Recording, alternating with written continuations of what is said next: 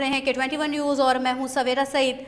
Headlines आपने मुलाहिजा की और यहां अपने नाज़रीन को बताएं कि प्रोफेसर शादाब हुसैन को पर डायरेक्टर जनरल कॉलेज सिंध की खाली नशिस्त पर तैनात कर दिया गया है और प्रोफेसर शादाब हुसैन 20 ग्रेड के अफसर हैं।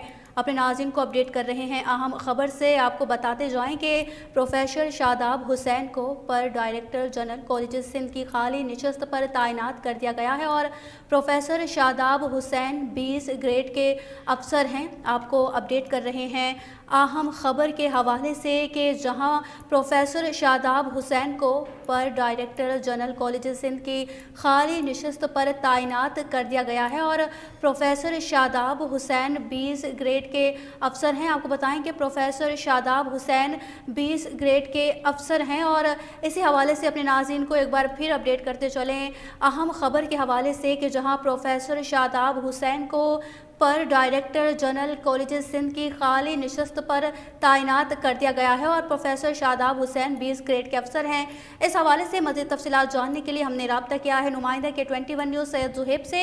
जी जुहेब, आगाह कीजिएगा इस हवाले से।